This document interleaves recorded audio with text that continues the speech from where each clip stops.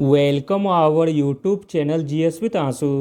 दोस्तों 67वीं BPSC PT के लिए मॉडल सेट नंबर 7 लगाते हैं जो दृष्टि से ली गई है। इसमें सारे प्रश्न बहुत ही महत्वपूर्ण दिए गए हैं।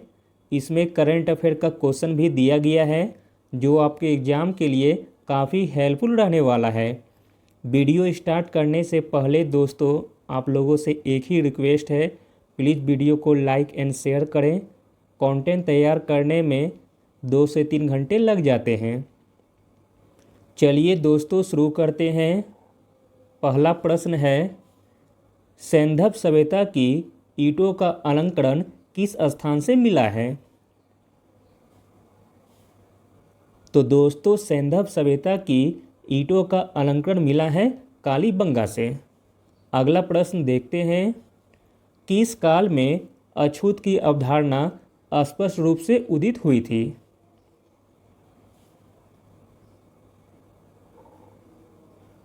तो दोस्तों वह काल था धर्मशास्त्र के काल में। धर्मशास्त्र के काल में अछूत की अवधारणा स्पष्ट रूप से उदित हुई थी। अगला प्रश्न देखते हैं, निम्नलिखित में से किस भारतीय राज्य के 3 तरफ अंतर्राष्ट्रीय सीमाएं हैं? तो दोस्तों वह भारतीय राज्य है त्रिपुरा जिसके 3 तरफ अंतर्राष्ट्रीय सीमाएं हैं। अगला प्रश्न देखते हैं, निम्नलिखित में से कौन सा एक ईसा पूर्व 6वीं सदी के प्रारंभ में भारत का सर्वाधिक शक्तिशाली नगर राष्ट्र था? तो दोस्तों वह नगर राष्ट्र था मगध। ईसा पूर्व 6वीं सदी के प्रारंभ में भारत का सर्वाधिक शक्तिशाली नगर राष्ट्र था मगध। अगला प्रश्न देखते हैं दोस्तों, सारनाथ में बुद्ध का प्रथम प्रवचन कहलाता है? तो दोस्तों सारनाथ में बुद्ध का प्रथम प्रवचन कहलाता है धर्मचक्र प्रवर्तन। अगला प्रश्न देखते हैं, अनेकांतवाद निम्नलिखित में से किसका केंद्रीय सिद्धांत एवं दर्शन है? तो दोस्तों अनेकांतवाद जैन मत का केंद्रीय सिद्धांत एवं दर्शन है। अगला प्रश्न देखते हैं, बिंदुसार की मृत्यु के समय अशोक किस प्रांत का गवर्नर था? तो दोस्तों बिंदुसार की मृत्यु के समय अशोक उज्जैन प्रांत का गवर्नर था। अगला प्रश्न देखते हैं दोस्तों, राष्ट्रकूट वंश की राजधानी क्या थी? तो दोस्तों राष्ट्रकूट वंश की राजधानी थी मालखंड या मानीखेट। अगला प्रश्न देखते हैं, चोल राजाओं ने किस धर्म को संरक्षण प्रदान किया था? तो दोस्तों चोल राजाओं ने शैव धर्म को संरक्षण प्रदान किया था। अगला प्रश्न देखते हैं दोस्तों, एलोरा में गुफाओं व शैलकृत मंदिरों का संबंध केवल किससे है?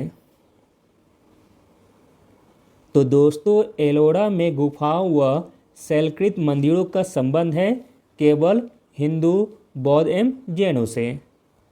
अगला प्रश्न देखते हैं, लोधी वंश का अंतिम शासक कौन था? तो दोस्तों लोधी वंश का अंतिम शासक था इब्राहिम लोधी। अगला प्रश्न देखते हैं, बहमनी राज की स्थापना किसने की थी? तो दोस्तों बहमनी राज की स्थापना की थी अलाउद्दीन हसन बहमन शाह, जिसे कि हसन गंगू के नाम से भी जानते हैं।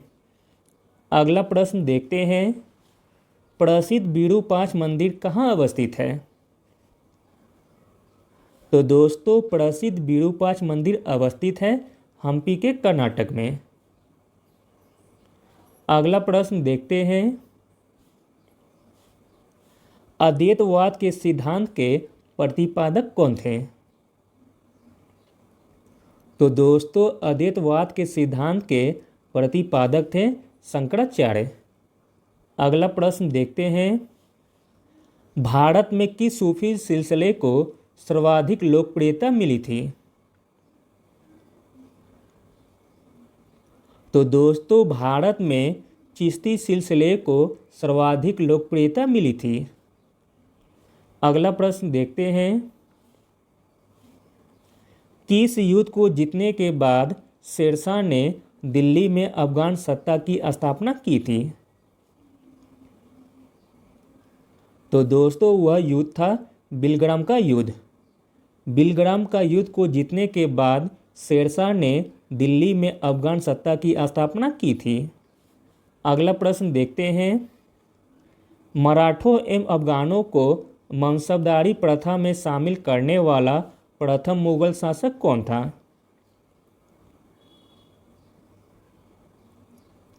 तो दोस्तों मराठों एवं अफगानों को मनसबदारी प्रथा में शामिल करने वाला प्रथम मुगल शासक था जहांगीर। अगला प्रश्न देखते हैं।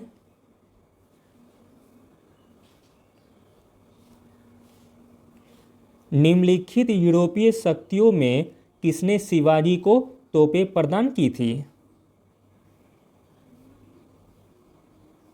तो दोस्तों शिवाजी को तोपें प्रदान की थी अंग्रेजों ने। अगला प्रश्न देखते हैं। उस क्षेत्र की पहचान करें जहां से यूरोपवासियों को सर्वप्रथम सोडा और अफीम प्राप्त होता था। तो दोस्तों वह क्षेत्र था बिहार, जहां से यूरोपवासियों को सर्वप्रथम सोडा और अफीम प्राप्त होता था। अगला प्रश्न देखते हैं। वांडी वंश के युद्ध जो कि 1760 में हुआ था, अंग्रेजों का नेतृत्व किसने किया था? तो दोस्तों वांडी वंश के युद्ध में अंग्रेजों का नेतृत्व किया था सर आयरकुट ने। अगला प्रश्न देखते हैं। ठगी प्रथा के उन्मूलन से संबंध गवर्नर जनरल कौन थे? तो दोस्तों ठगी प्रथा के उन्मूलन से संबंध गवर्नर जनरल थे लॉर्ड विलियम बेंटिंक। अगला प्रश्न देखते हैं दोस्तों। पत्रकार के कर्तव्यों का निर्वहन करते हुए जेल जाने वाले प्रथम भारतीय कौन थे? तो दोस्तों पत्रकार के कर्तव्य का निर्वहन करते हुए जेल जाने वाले प्रथम भारतीय थे बाल गंगाधर तिलक। अगला प्रश्न देखते हैं। निम्नलिखित में से कहां पर सांध घाटी अवस्थित है? तो दोस्तों सांध घाटी अवस्थित है केरल में। अगला प्रश्न देखते हैं। किस वर्ष राष्ट्रीय गीत वंदे मातरम पहली बार गाया गया था?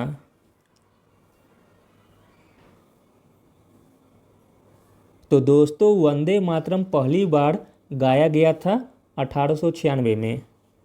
अगला प्रश्न देखते हैं। निम्नलिखित में से कब वेटलैंड दिवस मनाया जाता है? तो दोस्तों वेटलैंड दिवस मनाया जाता है 2 फरवरी को। अगला प्रश्न देखते हैं। 1878 का वर्नाक्यूलर टैक्स एक्ट किसने रद्द किया था? तो दोस्तों 1878 का वर्नाक्यूलर टैक्स एक्ट रद्द किया था लॉर्ड रिपन ने। अगला प्रश्न देखते हैं। निम्नलिखित में से कौन कैबिनेट मिशन का सदस्य नहीं था? तो दोस्तों कैबिनेट मिशन का सदस्य नहीं था, वह थे विलियम वुड। कैबिनेट मिशन के जो सदस्य थे उसको देख लीजिए। पेंथिंग लॉरेंस, A.B. अलेक्जेंडर तथा स्टॉपर क्रिप्स। यह तीनों दोस्तों कैबिनेट मिशन के सदस्य थे। अगला प्रश्न देखते हैं। वे राष्ट्रीय नेता कौन थे जो 1925 में सेंट्रल रीजनल लेजिस्लेटिव असेंबली के अध्यक्ष निर्वाचित हुए थे? तो दोस्तों वे राष्ट्रीय नेता थे विठल भाई पटेल, जो 1925 में सेंट्रल लेजिस्लेटिव असेंबली के अध्यक्ष निर्वाचित हुए थे। अगला प्रश्न देखते हैं दोस्तों, गांधी जी ने दांडी समुद्र तट पर नमक कानून का उल्लंघन कब किया था? तो दोस्तों गांधी जी ने दांडी समुद्र तट पर नमक कानून का उल्लंघन किया था 6 अप्रैल 1930 को। अगला प्रश्न देखते हैं, भारत छोड़ो आंदोलन कब प्रारंभ हुआ था? तो दोस्तों भारत छोड़ो आंदोलन प्रारंभ हुआ था 8 अगस्त 1942 को। अगला प्रश्न देखते हैं, भारत की आज़ादी के समय कांग्रेस के अध्यक्ष कौन थे? तो दोस्तों भारत की आज़ादी के समय कांग्रेस के अध्यक्ष थे JB कृपलानी। अगला प्रश्न देखते हैं, काकोरी ट्रेन डकैती के नायक कौन थे? तो दोस्तों काकोरी ट्रेन डकैती के नायक थे रामप्रसाद बिस्मिल। अगला प्रश्न देखते हैं, निम्नलिखित में से किसने स्वदेशी आंदोलन का नेतृत्व दिल्ली में किया था? तो दोस्तों स्वदेशी आंदोलन का नेतृत्व दिल्ली में किया था सैयद हैदर रजा ने।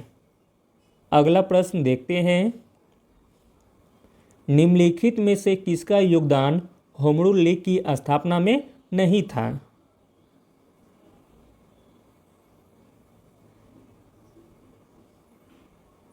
तो दोस्तों TS अलकाट का योगदान होम रूल लीग की स्थापना में नहीं था, जबकि एनी बेसेंट, बाल गंगाधर तिलक तथा S सुब्रमण्यम अय्यर, यह तीनों का संबंध दोस्तों होम रूल लीग की स्थापना में था।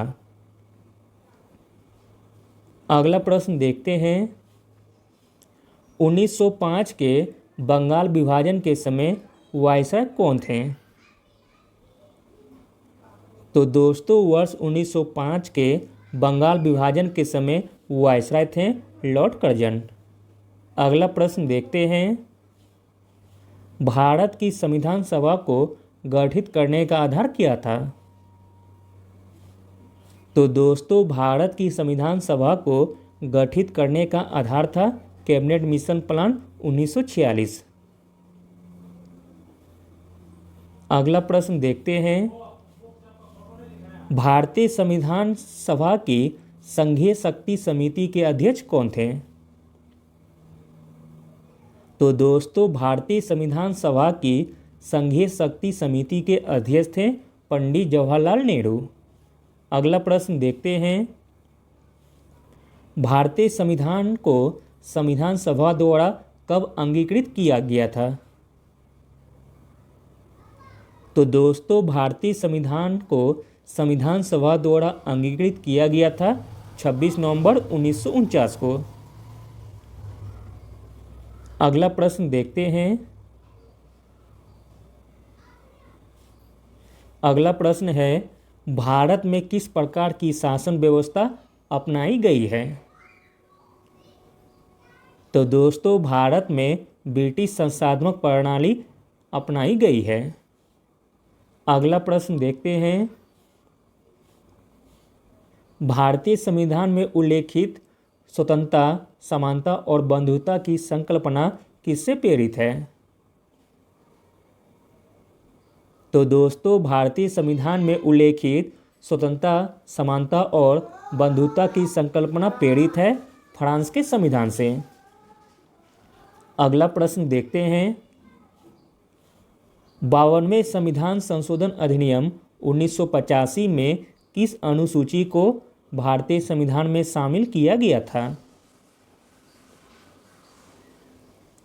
तो दोस्तों 52वें संविधान संशोधन अधिनियम 1985 में 10वीं अनुसूची को भारतीय संविधान में शामिल किया गया था।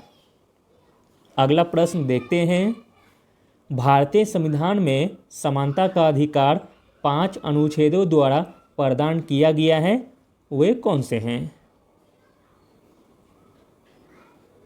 तो दोस्तों समानता का अधिकार दिया गया है अनुच्छेद 14 से 18 तक। अगला प्रश्न देखते हैं।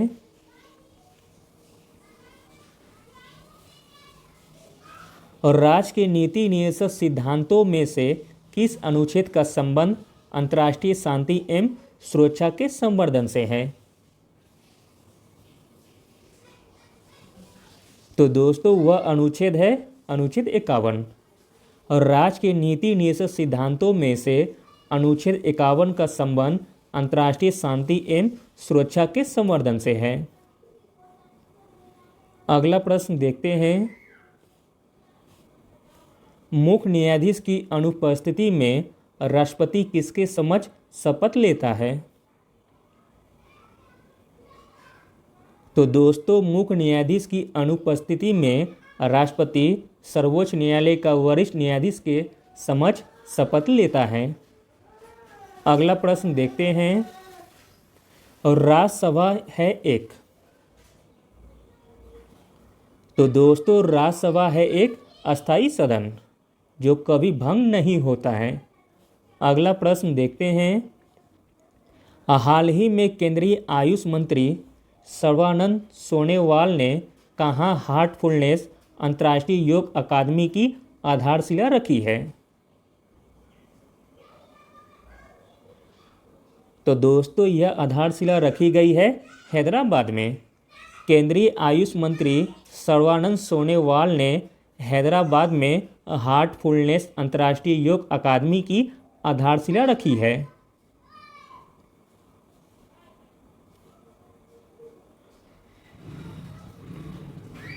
अगला प्रश्न देखते हैं। हाल ही में इसरो के नए चेयरमैन के रूप में किसे नियुक्त किया गया है? तो दोस्तों इसरो के नए चेयरमैन के रूप में नियुक्त किया गया है एस सोमनाथ जी को। अगला प्रश्न देखते हैं। हाल ही में सुप्रीम कोर्ट द्वारा प्रधानमंत्री की सुरक्षा में चूक की जांच के लिए किसकी अध्यक्षता में एक पैनल का गठन किया गया है? तो दोस्तों सुप्रीम कोर्ट द्वारा प्रधानमंत्री की सुरक्षा में चूक की जांच के लिए इंदु मल्होत्रा की अध्यक्षता में एक पैनल का गठन किया गया है। अगला प्रश्न देखते हैं। हाल ही में केंद्रीय मंत्री सर्बानंद सोनोवाल ने किस राज्य के पहले खेल विश्वविद्यालय का उद्घाटन किया है? तो दोस्तों केंद्रीय मंत्री सर्बानंद सोनोवाल ने असम राज्य के पहले खेल विश्वविद्यालय का उद्घाटन किया है। अगला प्रश्न देखते हैं। किस रेलवे स्टेशन का नाम बदलकर एकता नगर रेलवे स्टेशन किया गया है? तो दोस्तों केवड़िया रेलवे स्टेशन का नाम बदलकर एकता नगर रेलवे स्टेशन किया गया है। अगला प्रश्न देखते हैं। हाल ही में कौन BWF जूनियर रैंकिंग के अंडर 19 बालिका एकल वर्ग में दुनिया की नंबर 1 खिलाड़ी बन गई है?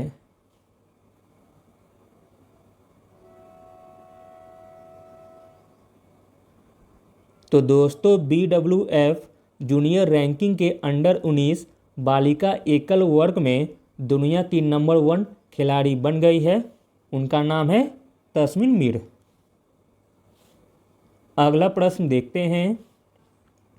हाल ही में डेनियल ओर्टेगा को किस देश के राष्ट्रपति के रूप में चुना गया है?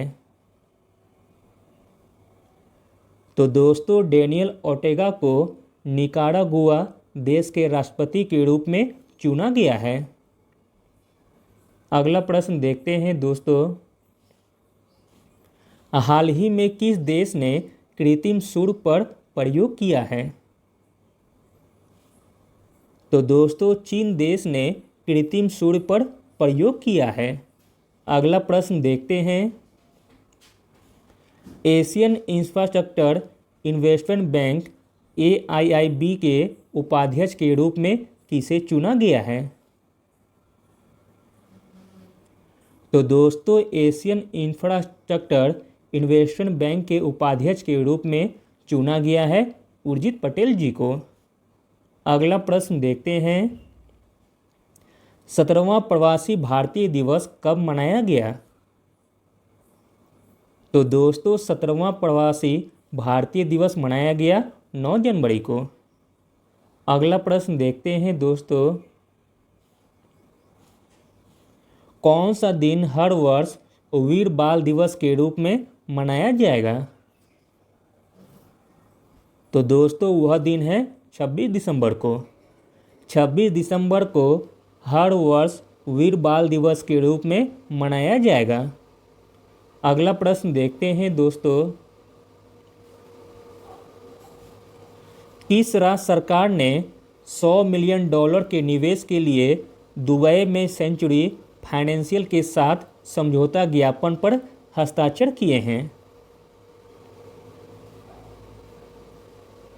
तो दोस्तों वह राज्य सरकार है जम्मू कश्मीर की राज्य सरकार।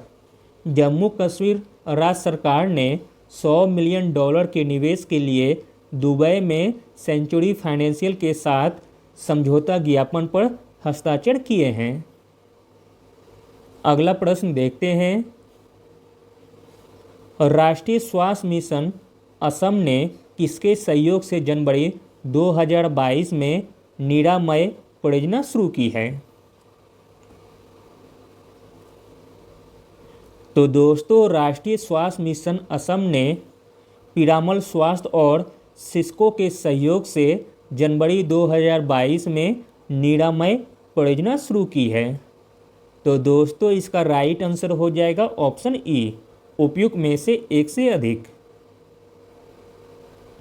अगला प्रश्न देखते हैं दोस्तों, विश्व हिंदी दिवस किस दिन मनाया जाता है?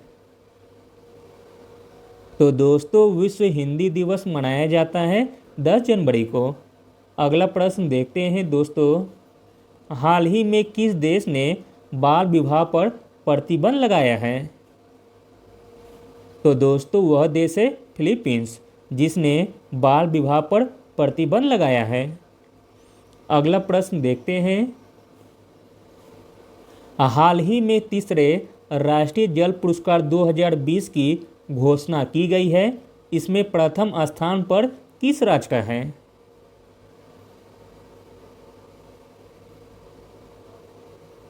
तो दोस्तों इसमें प्रथम स्थान उत्तर प्रदेश राज्य का है।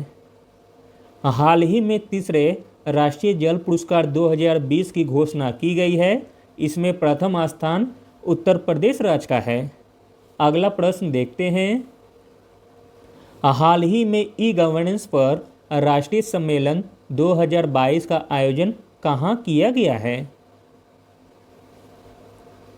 तो दोस्तों हाल ही में ई गवर्नेंस पर राष्ट्रीय सम्मेलन 2022 का आयोजन हैदराबाद में किया गया है। अगला प्रश्न देखते हैं, केंद्रीय मंत्री डॉक्टर जितेंद्र सिंह ने किस शहर में भारत के पहले ओपन रोक संग्रहालय का उद्घाटन किया है? तो दोस्तों केंद्रीय मंत्री डॉक्टर जितेंद्र सिंह ने हैदराबाद शहर में भारत के पहले ओपन रॉक संग्रहालय का उद्घाटन किया है। अगला प्रश्न देखते हैं, बिहार के किस जिले में 200 फीट ऊंचा विराट रामायण मंदिर बन रहा है? तो दोस्तों बिहार के पूर्वी चंपारण जिले में 200 फीट ऊंचा विराट रामायण मंदिर बन रहा है। अगला प्रश्न देखते हैं, अंतर्राष्ट्रीय सौर गठबंधन में शामिल होने वाला 102वां देश कौन बन गया है? तो दोस्तों अंतर्राष्ट्रीय सौर गठबंधन में शामिल होने वाला 102वां देश बन गया है एंटीगुआ और बरबुडा, जबकि 101वां देश है अमेरिका। अगला प्रश्न देखते हैं, केंद्र सरकार ने जनगणना 2021 को कब तक के लिए स्थगित करने का फैसला किया है? तो दोस्तों केंद्र सरकार ने जनगणना 2021 को सितंबर 2022 तक के लिए स्थगित करने का फैसला किया है। अगला प्रश्न देखते हैं। दक्षिणी ध्रुव पर अकेले पहुंचने वाली पहली अश्वेत महिला कौन बन गई है? तो दोस्तों, दक्षिणी ध्रुव पर अकेले पहुंचने वाली पहली अश्वेत महिला बन गई है हरप्रीत चंडी। अगला प्रश्न देखते हैं। कौन सा राज्य देश का पहला एलपीजी युक्त और धुआं मुक्त राज्य बन गया है?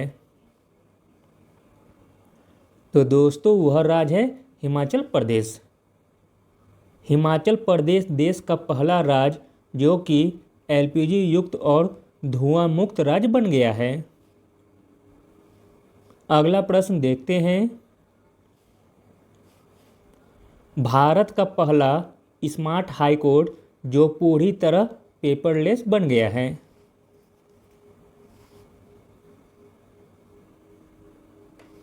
तो दोस्तों, भारत का पहला स्मार्ट हाई कोर्ट जो पूरी तरह पेपरलेस बन गया है वह है केरल हाई कोर्ट। अगला प्रश्न देखते हैं।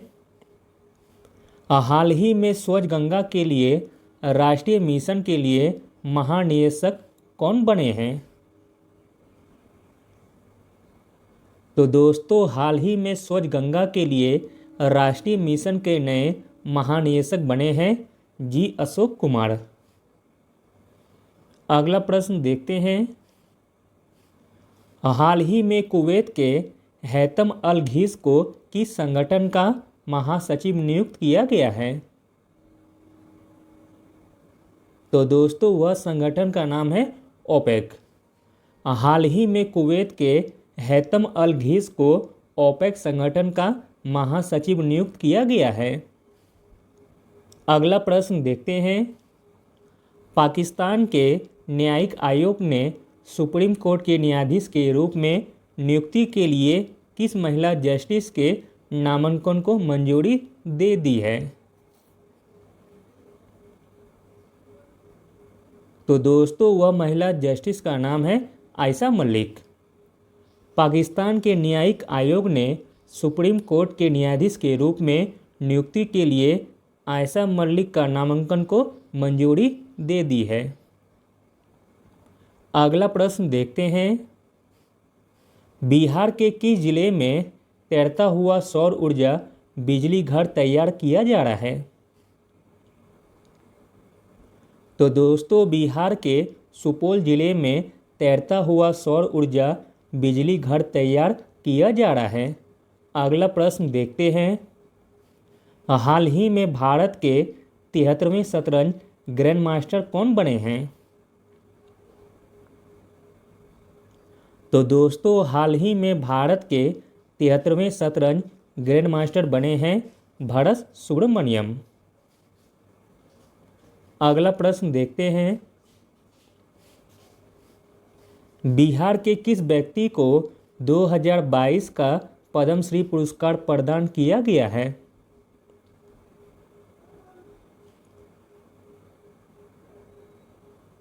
तो दोस्तों, बिहार के शैवल गुप्ता तथा आचार्य चंदना जी को 2022 का पद्मश्री पुरस्कार प्रदान किया गया है।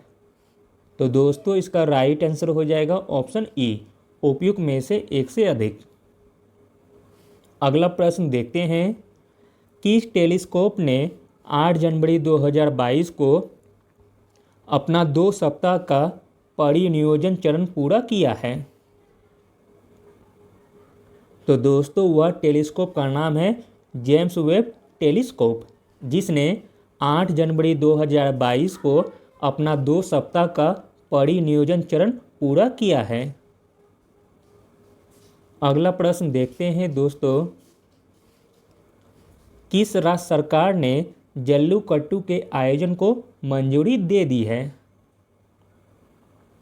तो दोस्तों, वह राज्य सरकार है तमिलनाडु राज्य सरकार, जिसने जल्लीकट्टू के आयोजन को मंजूरी दे दी है।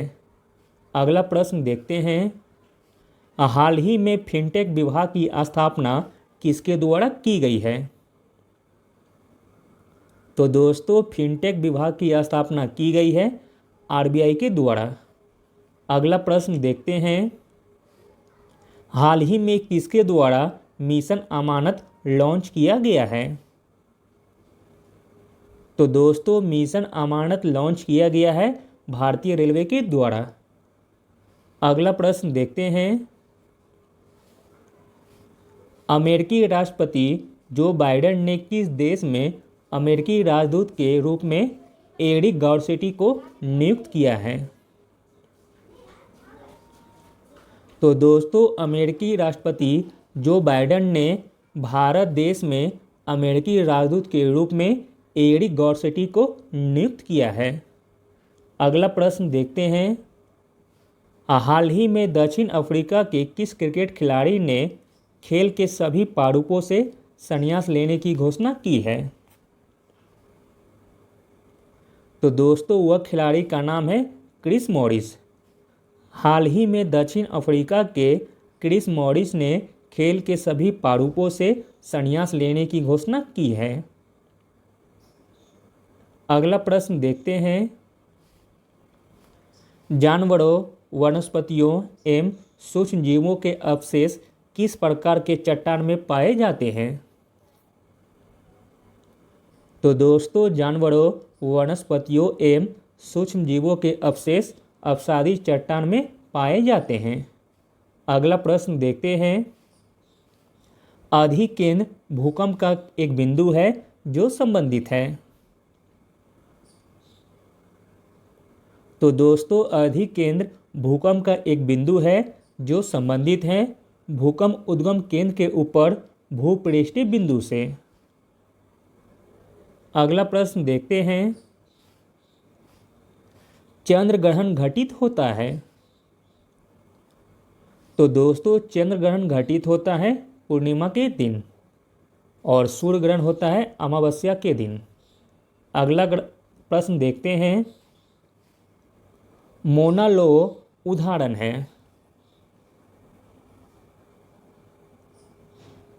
तो दोस्तों मोना लावो उदाहरण है सक्रिय ज्वालामुखी का। अगला प्रश्न देखते हैं, पृथ्वी के समीप पाए जाने वाली वायुमंडलीय परत क्या कहलाती है? तो दोस्तों पृथ्वी के समीप पाए जाने वाली वायुमंडलीय परत कहलाती है ट्रोपोस्फीयर।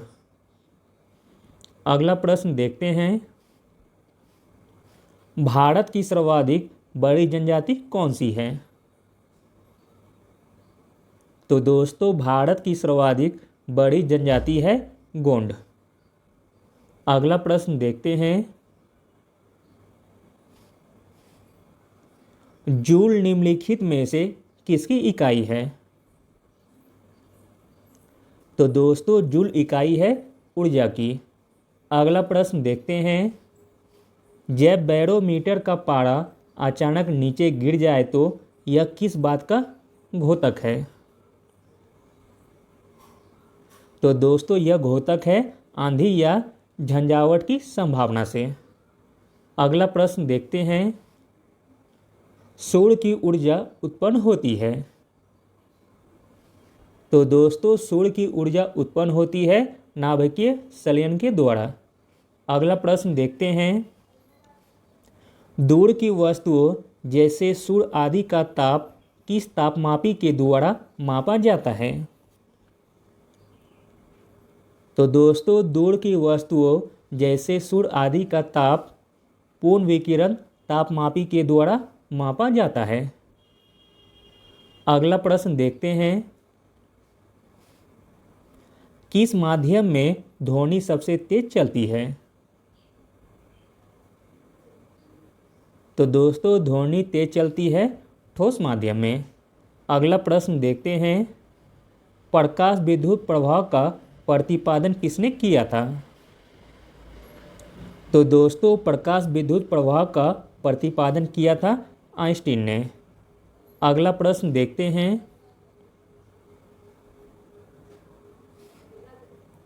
जब प्रकाश की तरंगें वायु से कांच में होकर गुजरती है तब कौन सा परिवर्त प्रभावित होंगे।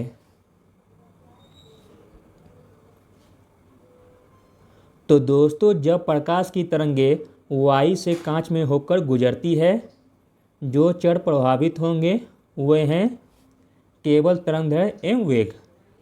अगला प्रश्न देखते हैं, कौन सा उपकरण विद्युत प्रतिरोध को मापता है? तो दोस्तों, विद्युत प्रतिरोध को मापता है ओममीटर। अगला प्रश्न देखते हैं, समस्थानिक परमाणुओं में, तो दोस्तों समस्थानिक परमाणुओं में प्रोटॉन की संख्या समान होती है। अगला प्रश्न देखते हैं, फेदोमीटर का उपयोग किसे नापने में किया जाता है? तो दोस्तों, फेदोमीटर का उपयोग समुद्र की गहराई को नापने में किया जाता है। अगला प्रश्न देखते हैं, अगला प्रश्न है दोस्तों, 1 नैनोमीटर होता है। तो दोस्तों, 1 नैनोमीटर होता है 10⁻⁻7 सेंटीमीटर के। अगला प्रश्न देखते हैं, आयोडीकृत लवण में रहता है। तो दोस्तों, आयोडीकृत लवण में रहता है पोटेशियम आयोडाइड। अगला प्रश्न देखते हैं, पीतल में कौन कौन सी धातुएं होती है? तो दोस्तों, पीतल में तांबा एवं जस्ता धातुएं होती है। अगला प्रश्न देखते हैं, सिलिकॉन क्या है? तो दोस्तों, सिलिकॉन है अर्धचालक। अगला प्रश्न देखते हैं,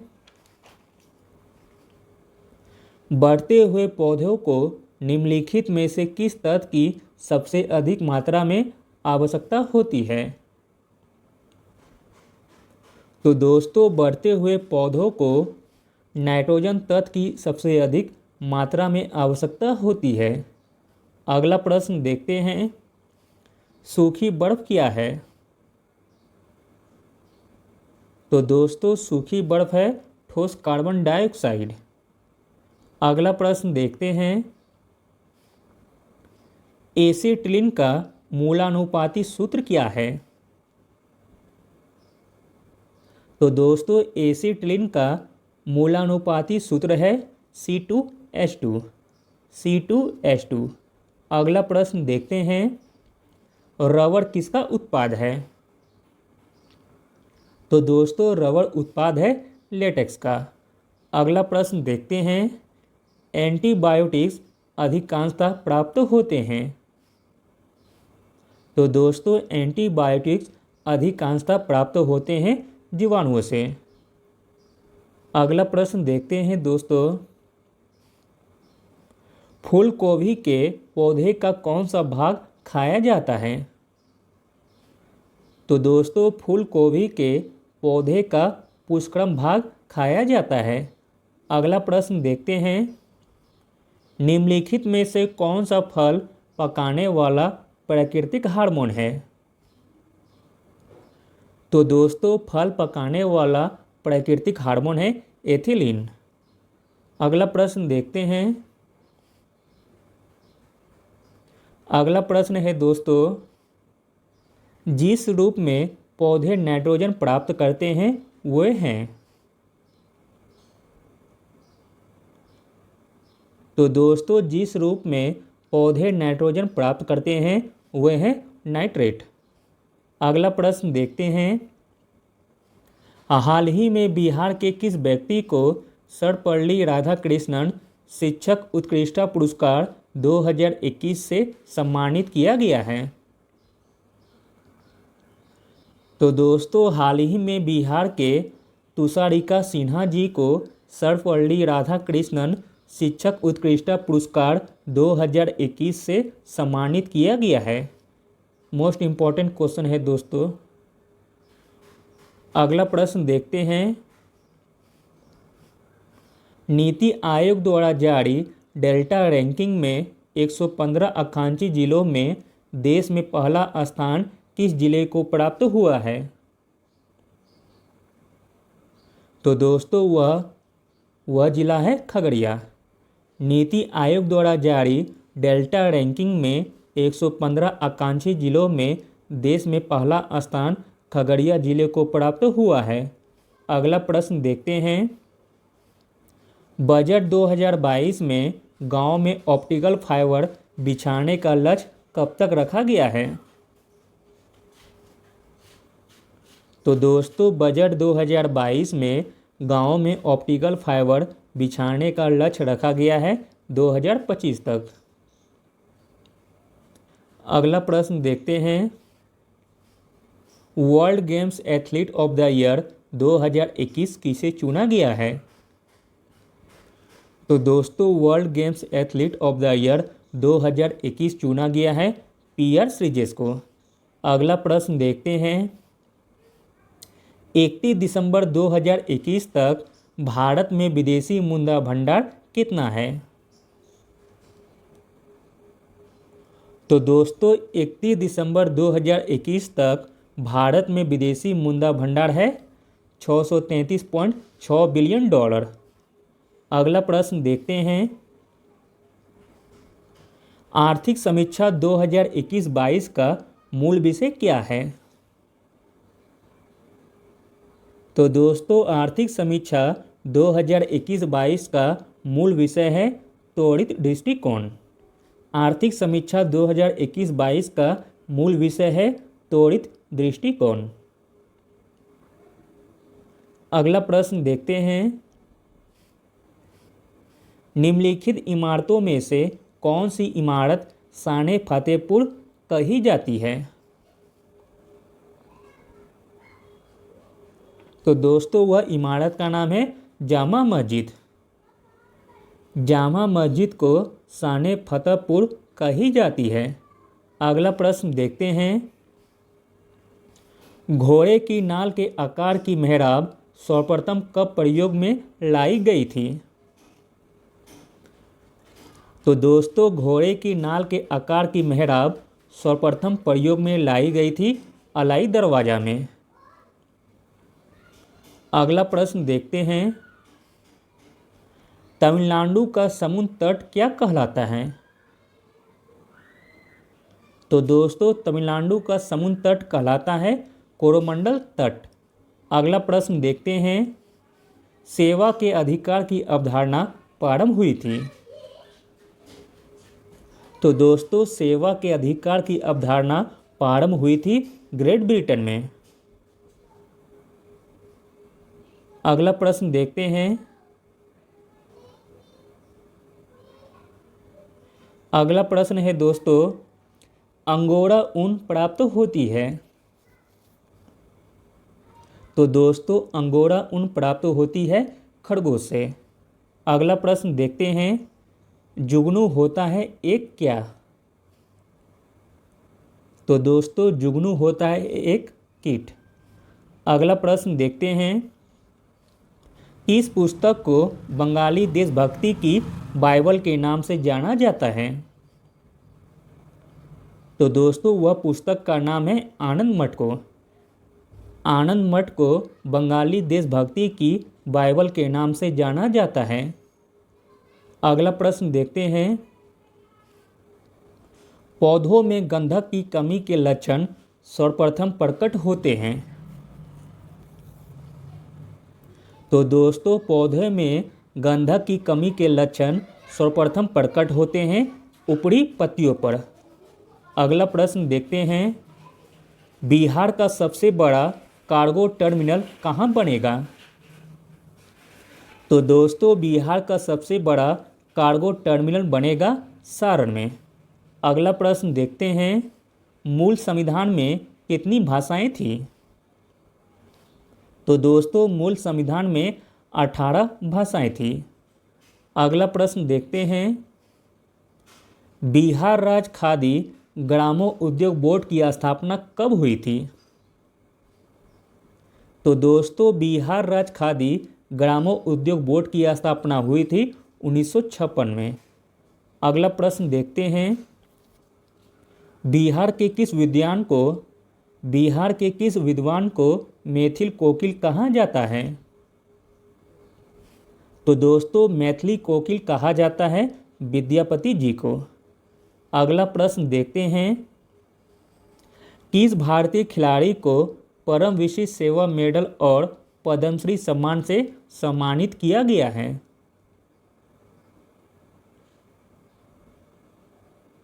तो दोस्तों नीरज चोपड़ा जी को परम विशिष्ट सेवा मेडल और पद्मश्री सम्मान से सम्मानित किया गया है। अगला प्रश्न देखते हैं, a little book of India पुस्तक को किसने लिखा है? तो दोस्तों a little book of India पुस्तक को लिखा है रस्किन बॉन्ड ने। अगला प्रश्न देखते हैं, हाल ही में जारी सेंटर फॉर मॉनिटरिंग इकोनॉमी की रिपोर्ट के अनुसार ग्रेजुएट बेरोजगारी के मामले में बिहार का कौन सा स्थान है? तो दोस्तों ग्रेजुएट बेरोजगारी के मामले में बिहार का दूसरा स्थान है। अगला प्रश्न देखते हैं दोस्तों, निम्नलिखित में से कौन गंगा मेकांग स्वर्ण भूमि सहयोग परियोजना का सदस्य नहीं है? तो दोस्तों गंगा मेकांग स्वर्ण भूमि सहयोग परियोजना का जो सदस्य नहीं है वह है बांग्लादेश। इसमें जो सदस्य शामिल है उसे देख लीजिए। इसमें जो शामिल है वह है भारत, लाओस तथा वियतनाम। अगला प्रश्न देखते हैं दोस्तों, केंद्रीय बजट 2022-23 में मिशन शक्ति के लिए कितने बजट का आवंटन किया गया है? तो दोस्तों केंद्रीय बजट 2022-23 में मिशन शक्ति के लिए 3,184 करोड़ रुपए का आवंटन किया गया है। अगला प्रश्न देखते हैं, मोटे अनाज का अंतर्राष्ट्रीय वर्ष किस वर्ष को घोषित किया गया है? तो दोस्तों मोटे अनाज का अंतर्राष्ट्रीय वर्ष 2023 को घोषित किया गया है। अगला प्रश्न देखते हैं, केंद्रीय बजट 2022-23 में कितने किलोमीटर को रक्षा कवच के अंतर्गत लाया जाएगा? तो दोस्तों केंद्रीय बजट 2022-23 में 2000 किलोमीटर तक रक्षा कवच के अंतर्गत लाया जाएगा। अगला प्रश्न देखते हैं दोस्तों, केंद्रीय बजट 2022-23 में 2030 तक कितना गीगावाट तक बढ़ाने का लक्ष्य रखा गया है? तो दोस्तों केंद्रीय बजट 2022-23 में 2030 तक 280 गीगावाट तक बढ़ाने का लक्ष्य रखा गया है। अगला प्रश्न देखते हैं, 1 फरवरी 2022 को कौन सा दिवस मनाया जाता है? तो दोस्तों 1 फरवरी 2022 को इंडिया कोस्ट गार्ड डे मनाया जाता है। अगला प्रश्न देखते हैं, महिला हॉकी एशिया कप 2022 का खिताब किसने जीता है? तो दोस्तों महिला हॉकी एशिया कप 2022 का खिताब जीता है जापान ने। अगला प्रश्न देखते हैं, भारत का सबसे बड़ा इलेक्ट्रिक वाहन ईवी चार्जिंग स्टेशन कहाँ खुला है?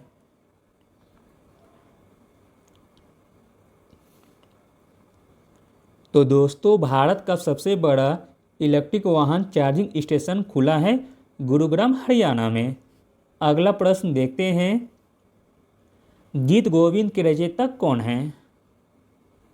तो दोस्तों गीत गोविंद के रचयिता हैं जयदेव। अगला प्रश्न देखते हैं दोस्तों,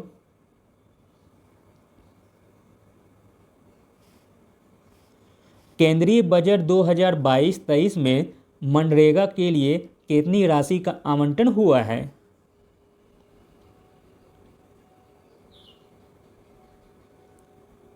तो दोस्तों केंद्रीय बजट 2022-23 में मनरेगा के लिए 73,000 करोड़ रुपए राशि का आवंटन हुआ है। दोस्तों आगे 10 प्रश्न मैथ के दिए गए हैं, जिन्हें भी बनाना हो तो वह वीडियो पॉज करके बना सकते हैं या इसका PDF टेलीग्राम से डाउनलोड करके भी बना सकते हैं। चलिए दोस्तों देखते हैं।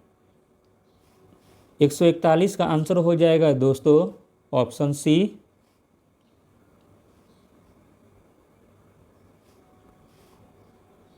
142 का आंसर हो जाएगा ऑप्शन बी। 143 का आंसर होगा ऑप्शन बी। 144 का आंसर होगा ऑप्शन ए। 145 का आंसर होगा दोस्तों ऑप्शन डी। 146 का हो जाएगा आंसर ऑप्शन सी।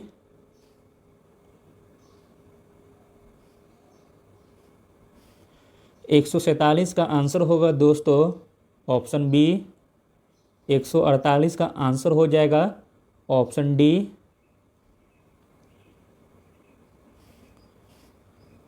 149 का आंसर हो जाएगा ऑप्शन सी। और लास्ट 150 का आंसर होगा option number D. Thank you.